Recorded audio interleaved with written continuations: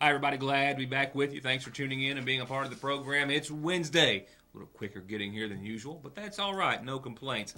And no complaints weather-wise either on this 4th day of September as beautiful temperatures have just surrounded us with clear skies above and are going to continue to do so for the rest, basically, of the week, and we think for your weekend, and maybe if we get lucky, maybe a little bit of next week. Now, things are going to warm up compared to yesterday and even today, and there has been a tweak or two to make to the forecast since I saw you last. But all in all, it's still gorgeous, and I'm still a little giddy about it. And I'll get to it in more detail in just a few moments. On tonight's program, a bus crash yesterday did injure one person. It happened after the bus's run, and students were not on board. It looks rather serious in nature. I'll take you to the scene. I have a report on that, and also how it kind of coincides during some ongoing training on behalf of a local life-saving organization trying to learn more just about how to respond to just such a type of incident involving kids if that were to be the worst case scenario. And we'll let you know what happened with the third attempt to sentence Howard Harlow back in federal court in Pikeville earlier today. Also, a Johnson County man has been ordered held by federal authorities. And I've got a whole lot to show you as we go back to Friday night's Miss Magoffin County pageant. It was a storied evening on a great many fronts, and I'm going to show you as much as possible. So even if you were there and saw it for yourself live and in person, well, you'll probably want to see our highlights again. Calendar announcements and much more in what's now left of the next half hour. Other than that, we're going to have very little else to talk about, but it's going to be all I can do to get to all of those headlines throughout the remainder of the show. So jumping right into tonight's top headlines, we'll begin with the bus crash. It happened, or at least was reported to local 911 at 3:40 yesterday afternoon after the bus's run. The only occupant of the bus was the driver herself. Another vehicle, an SUV, was involved, apparently, which tried to avoid a collision with a third vehicle right before it struck the bus.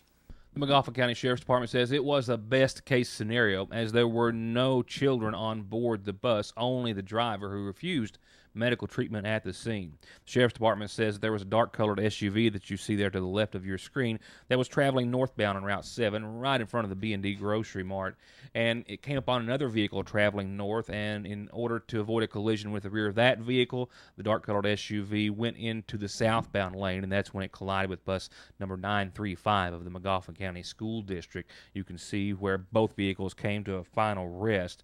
The driver of the SUV was said to be inside the grocery store upon arrival of emergency personnel and initially refused medical treatment at the scene. This actually comes in the middle of ongoing training for the Magoffin County Rescue Squad and others throughout the county in regards to how to better respond to a bus accident, something that we have covered here on more than one occasion in my nearly 15 years of doing the program. We have a video. It's a Car Buster series on bus extrication. And we've been watching that, and then we've had discussion amongst our in-house guys about responding to the accident. Also, I met with when the school bus drivers had a training day before school started. I met with them, showed the video to them, and we discussed about how we would respond. That we would be, or whoever the incident commander is, gets the first lead on this, would be switching over to the bus frequency, try to talk to that bus driver, get an idea of what's going on, and then I can update dispatch or whoever the incident commander is about what the situation is. So we've wanted to do this, I think, and now we're just not getting into it.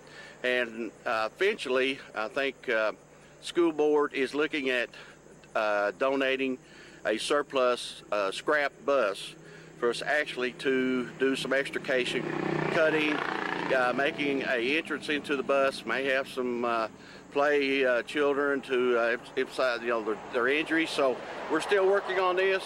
It's just to remember that the big yellow buses are out there. They've got a little bit more time to stop. And when they put that red light out, they are in control of the driving scene. So we hope we never have to use this information we're going on about right now, but we hope to be more prepared if something does come about. That surplus bus that Carter Conley referred to in that video was actually a Magoffin County school bus that was involved in an accident here in the Oakley area as it attempted to go under the trestle, which is no longer in existence, and caused massive damage to that vehicle. The Magoffin County Board of Education has already voted to surplus that bus and donate it to the rescue squad for such training. They're hopeful to get to use that vehicle for those training exercises in the next few weeks. Magoffin County Sheriff's Deputy James Workman tells me that the driver of the SUV, who was not identified in our report, was taken to a hospital for non-life-threatening injuries by a personal vehicle sometime after the accident occurred, after initially refusing medical treatment on scene. With that said, John Klein of Johnson County is going to remain held on federal charges. The potential candidate, as we'll refer to him, for sheriff of Johnson County found himself, of course, behind bars after reportedly selling $3,000 worth of illegal drugs to a confidential informant working with the Johnson County Sheriff's Department. It's a follow-up to a report which is ongoing, which also indicates that per the seriousness of the charges he faces, Klein will not be getting out of jail pending his trial. John Klein, just prior to his arrest, had filed letters stating his intent to run for the position of sheriff of Magoffin County. However, that plot was foiled, so to speak, after an 18-month investigation conducted by the Johnson County Sheriff's Department, Operation Unite, the state police, and the ATF, resulted in the arrest of the 42-year-old West Van Leer resident after doctor shopping in multiple states, believed to be responsible for bringing thousands of pills into eastern Kentucky. Klein entered a local business on Friday the 5th of July and sold 100 oxycodone 30-milligram pills for $3,000 in cash to a confidential informant. And after that, he was taken into custody. His house was searched. Other items were discovered and seized, drugs, cash, guns, and he was initially held in the Big Sandy Regional Detention Center until all charges were then turned over to federal authorities, who have had him in federal custody since. Per a hearing that was held last Wednesday in federal court, attorneys attempted to state his case that he should be released on bond. However, representatives of the ATF testified that Klein had stated to a confidential informant that he had already killed one person and was willing to do so again to anyone who crossed him in regards to his drug trade operation. He was since thereafter ordered held by federal authorities until his upcoming trial in October. Also in federal court today was the third attempt at sentencing of 76-year-old Magoffin County and Howard Harlow back. I'll have a report on that after these messages. They just keep coming. New and incredible flavors of your favorite ice cream treat. And now they've done it again with the choco-covered cheesecake blizzard at your Sayersville Dairy Queen. Creamy cheesecake pieces, rich cocoa fudge, decadent choco chunks, and creamy vanilla soft serve make your new blizzard of the month. And if that's not enough, just for September, buy one blizzard, get another for just 99 cents. That's right, 99 cents at your Sayersville DQ. Let's do this. Can't believe my daughter wants to marry a Hatfield. And I can't believe my son fell in love with a McCoy. I got one thing to say. They're going to have the wireless plan with the best service. And I say they're going to have the wireless plan with the biggest savings. Daddy! Hush up, Mary Beth. Pa, stay out of this, Jonah. We're done talking. You got that right. Better service. Bigger savings. Daddy, we've both got Appalachian Wireless. Better service.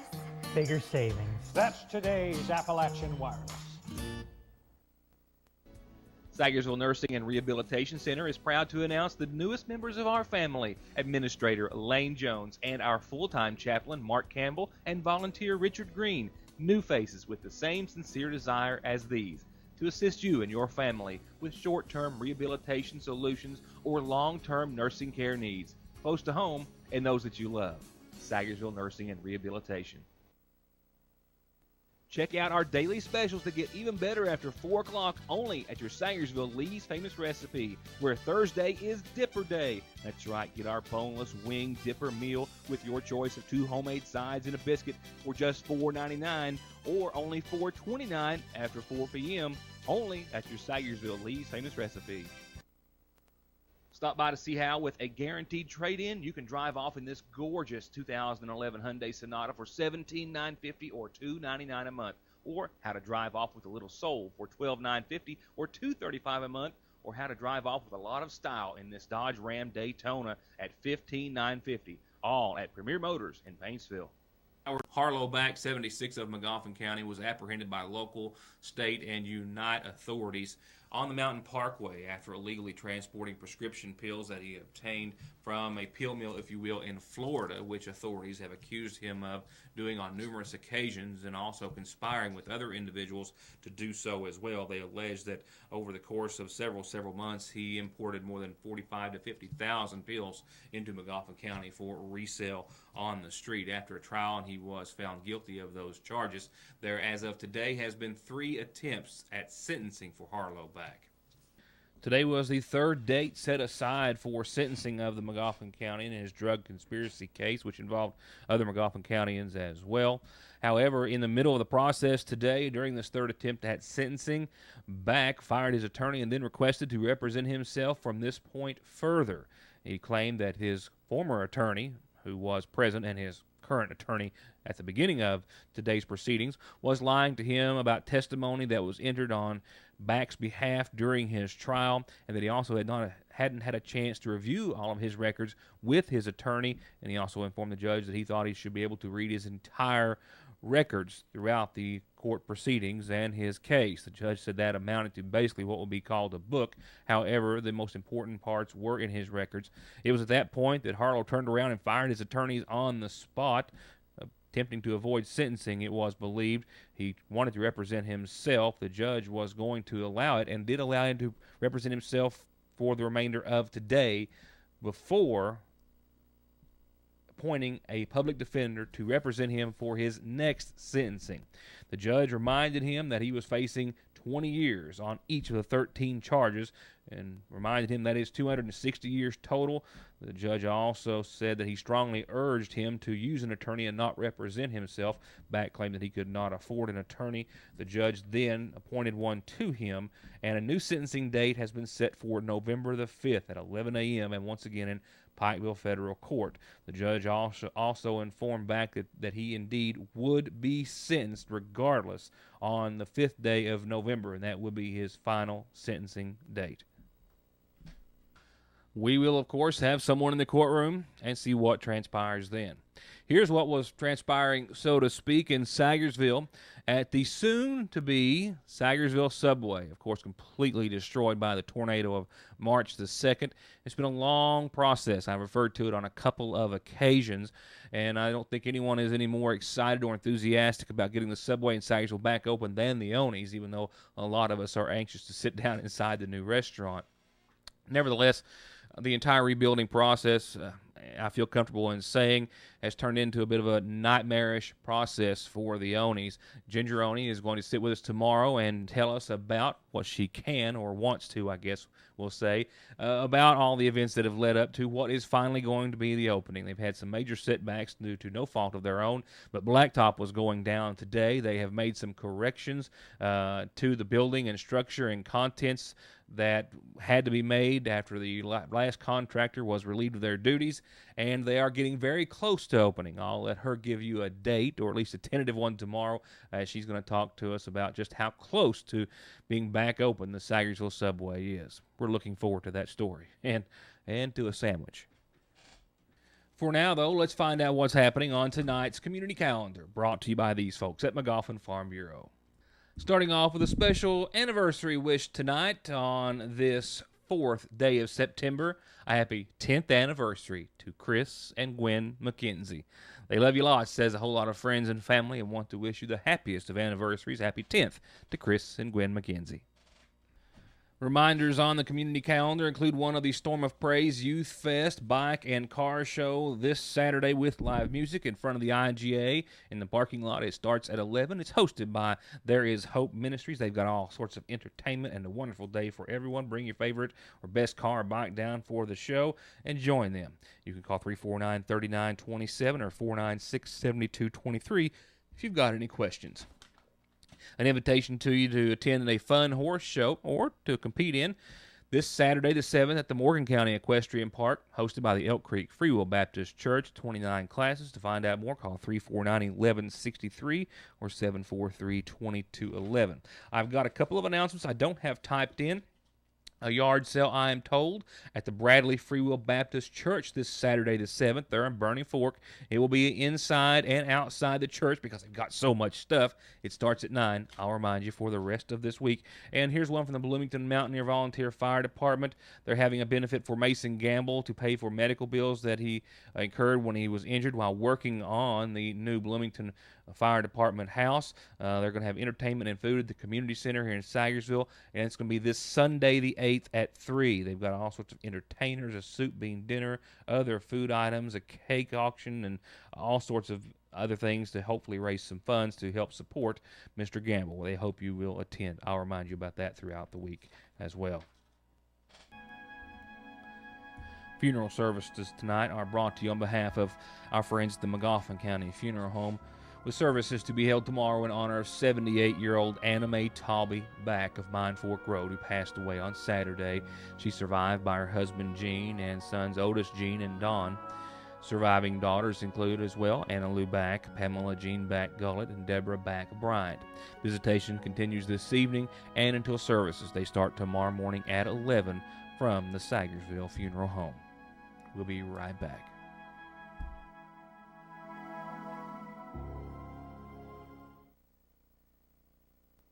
Hi, I'm Don McFarland. I am an attorney in Sayersville, Kentucky, and I'm here to serve you and meet your legal needs. If you have been injured on the job, if you are interested in receiving your disability or your SSI benefits, if someone's negligence has caused you trouble, basically, if you have been in a car wreck and you've suffered pain, then pick up the phone and call Donald Wayne, 349-9000. Bailey's Furniture has done it again. This beautiful queen-size sleigh bed, media center, and matching chest are only $295 each, whether you buy one or buy them all. And you can save $400 and get a second nightstand with this gorgeous Von Bassett group. Lazy Boy rocker recliners start at $295, and Catnapper lift chairs start at $689 at Bailey's Furniture and GE Appliance Center. Of every race, Mark Martin hangs up his driving gloves. He hangs up his fire suit. And he hangs up his helmet. Which is why he picks up his phone and opens the ER Extra app. The app shows ER Extra wait times, locations, and more. It's the one safeguard Mark Martin is never without. ER Extra at Paul B. Hall Regional Medical Center. Extra fast, extra easy, extra great.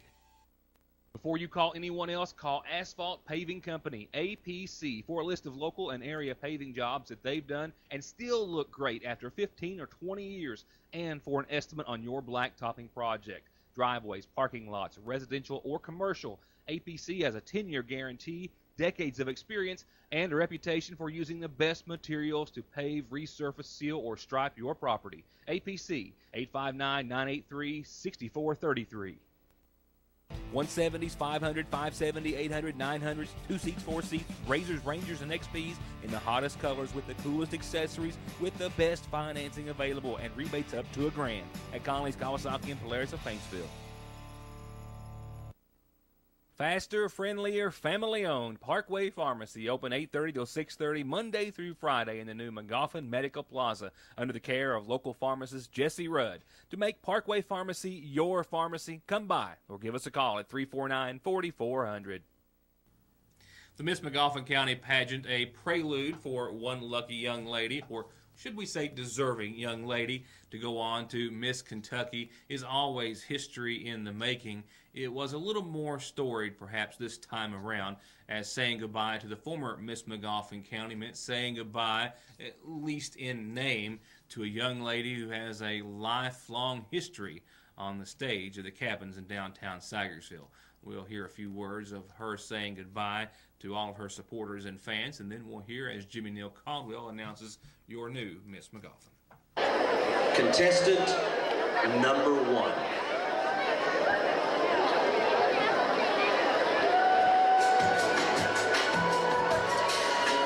Allegra, what can the school system do to improve the lives of children in foster care? To be more friendly and less judgmental of their parents' action and more supportive of their education and their future lives. Thank you.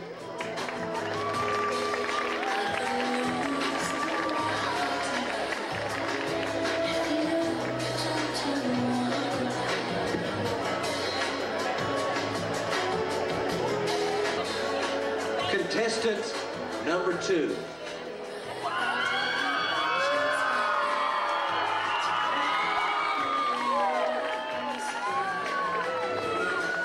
Brooklyn, what do you plan to do to promote your Let's Move platform in your community? For my community, I plan to have dance classes where children can come and get their daily dose of physical activity while having a healthy snack afterwards. I also plan to have educational classes about just what children should eat and how much activity they should actually get. Thank you. I'm contestant number 2, Brooklyn Carpenter. Thank you.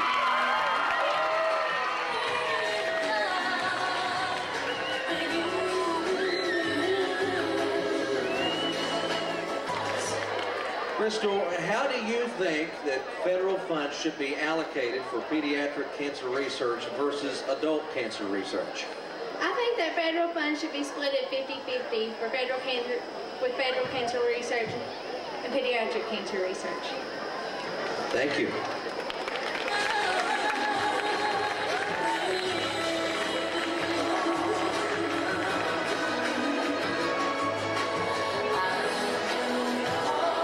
Contestant number 4.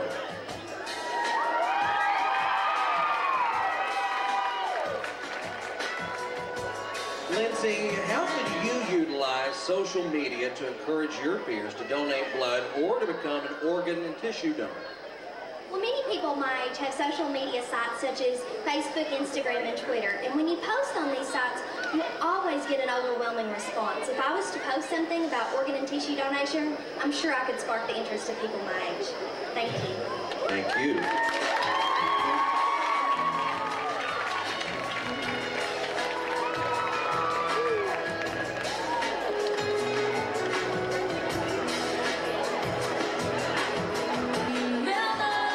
Contestant number 5.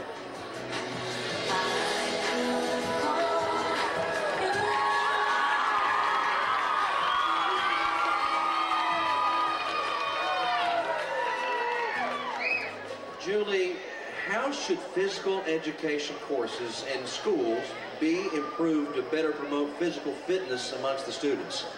I believe that every PE teacher should be certified in physical education. And by doing this, every student should get 30 to 60 minutes of physical activity a day. Thank you and good evening. I am your contestant number 5, Julie Adams. Thank you.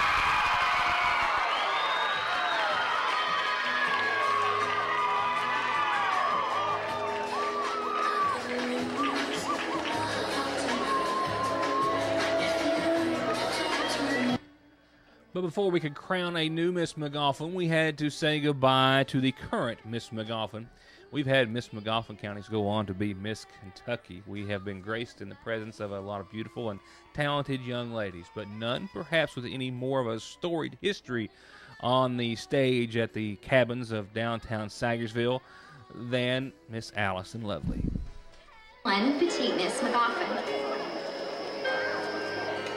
And that's, I guess, where it all began. I've been blessed to literally grow up on this stage.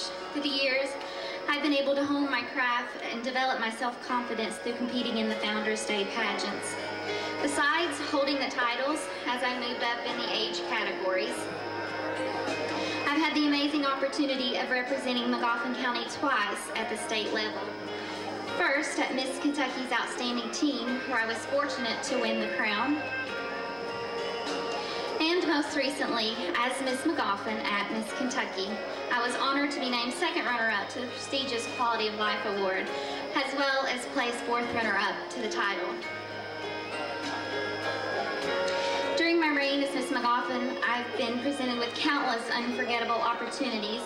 One of my favorites being spending time with my sweet little bluegrass princess, Claire Devers. Thank you for going on this journey with me.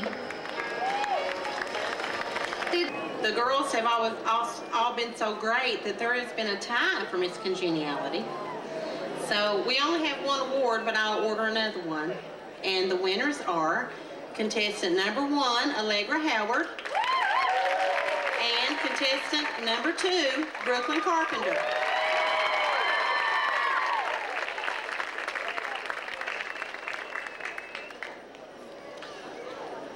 Our next award is the Jenny Lou Caldwell Memorial Sunshine Award, named in honor of my mother, one heck of a lady. This award was voted on by the pageant committee. And Jinsey, that goes to... This is a special award, and we gave it to a wonderful girl, which they're all wonderful girls, but the Sunshine Award goes to contestant number 2, Brooklyn Carpenter.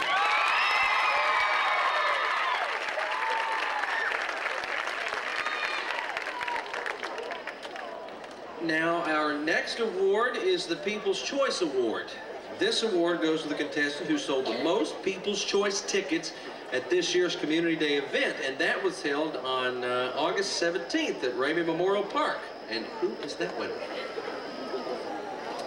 The winner of the People's Choice is contestant number 2, Brooklyn Carpenter.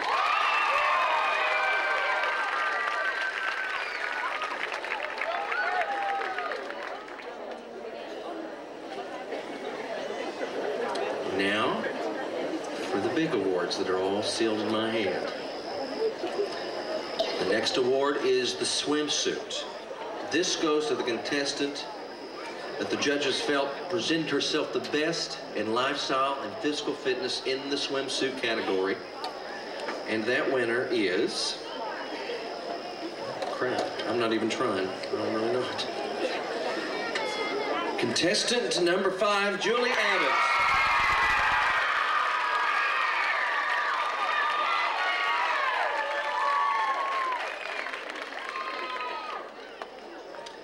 Our next award is the Talent Award. The Talent Award goes to the contestant that the judges felt expressed herself best with her talent on this stage tonight. And that winner is contestant number 5, Julie Adams.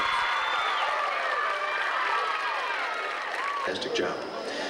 Second runner-up tonight is contestant number 2, Brooklyn Carpenter.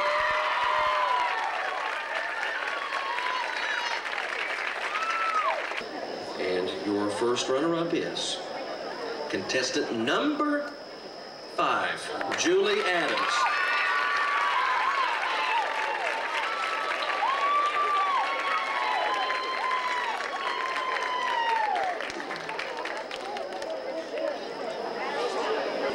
Now, remember, one of these young ladies standing before you will assume the title of Miss Magoffin County and then advance to Miss Kentucky Scholarship Pageant that will be held next summer.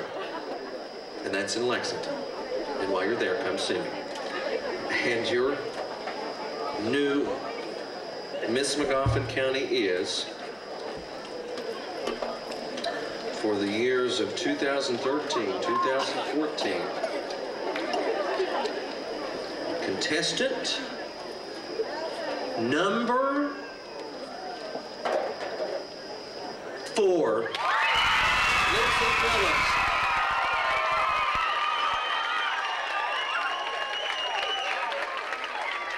And there you have it, ladies and gentlemen. We have another page in the history books of Magoffin County's Founders Day. Miss Magoffin, and seeing one of our local young ladies go on to represent us in the Miss Kentucky Scholarship Pageant set for June of next year. The 19-year-old sophomore at EKU with a platform of Donate Life, Lindsay Phillips of Sagersville. Ladies and gentlemen, that indeed is my time for the evening. I don't need to go into the weather, do I? It's going to be gorgeous. It's on autopilot. Beautiful. Enjoy it if you can. And we hope you'll join us back here next time, and that's tomorrow night, for more of Your News Today. Until then, thank you for watching.